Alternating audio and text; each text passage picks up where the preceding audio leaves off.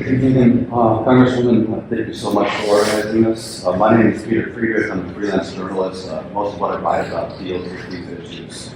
And I have a question for anyone here on the panel, but probably especially for Sunita or Ajit, or especially for yourself.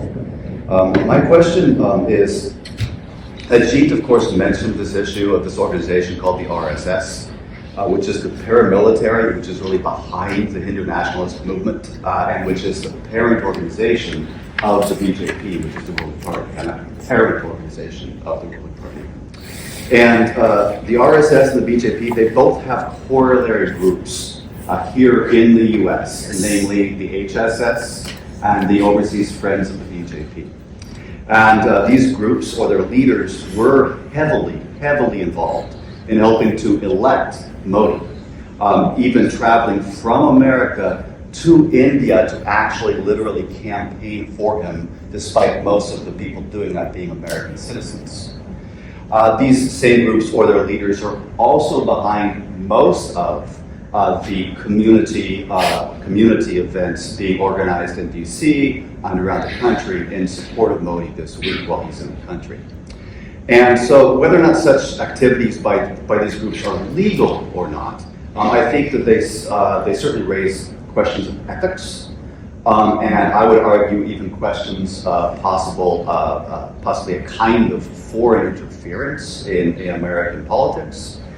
And so my question is, and especially for ma'am and sir, what do you think can be done to generate broader awareness about these organizations like the HSS and the BJP here in America, and their influence on what happens there in India, and also their influence on the perception of what's happening in India?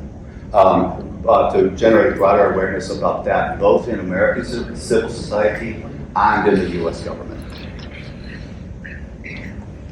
I think what you're doing is to raise awareness about exactly that thing. So thank you for your work, Peter. I mean, you're just relentless and tireless and never, completely undaunted. So thank you for that. We work in coalition in all of our organizations every day, trying to expose exactly those connections. I think the research that some of our groups do on the money flow, if we follow the money, the real truth will come out. I think that's really important. As well as the connections that you're talking about, I think that the alliance between the far right, this is a Hindu far right, and the far right of this country, putting more attention on that will make people's eyes open. For instance, why was Steve Bannon the chair of the Hindu Republican Council? And why did they together help get Trump elected?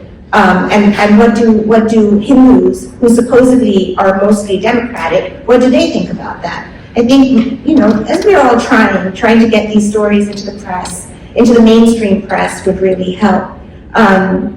And we've all been trying to get SPLC to consider some of these groups to put on their list. I think we know what we have to do. We just have to keep trying to do it. Ajit probably so thank you. has a powerful answer. No, it's nothing as powerful as yours.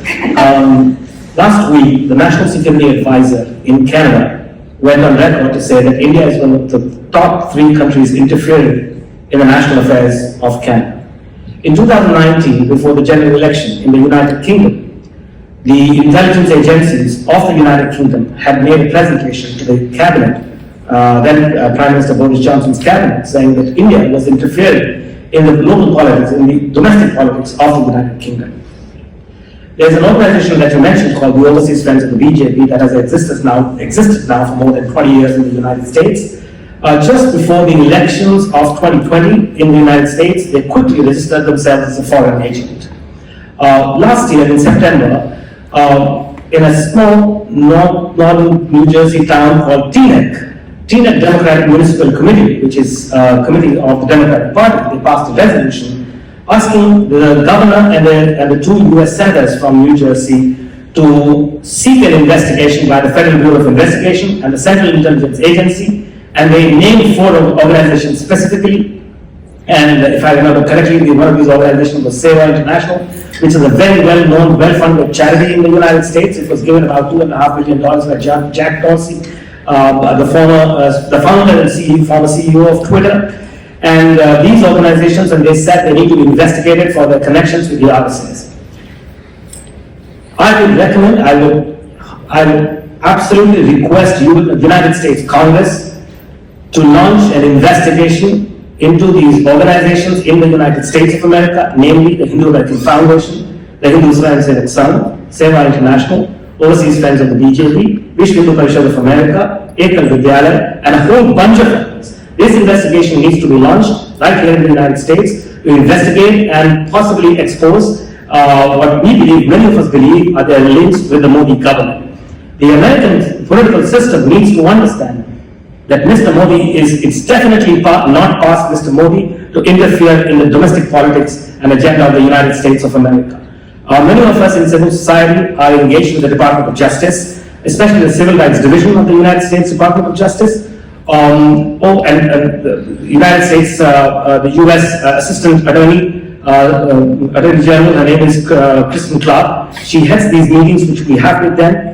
In the last 2 meetings, they have brought representatives of the Hindu right wing, the Hindu fundamentalist community, and we have complained to them, we have formally written to them, we have started meeting with them to explain to them that by trying to bring them to the same meetings where many of us speak, that actually the United States Department of Justice is ending up compromising the security and safety, liberty of not only people like us, but also our families back in India.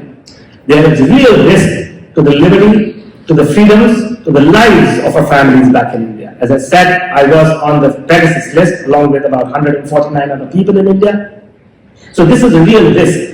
What the United States political system, the government, the executive branch, the legislative branch both need to understand. This is not an internal difference of opinion between brown people in America. This is a battle between good and evil. This is a battle between people who want justice and between people who want to kill as they have killed for 98 years. Thank you.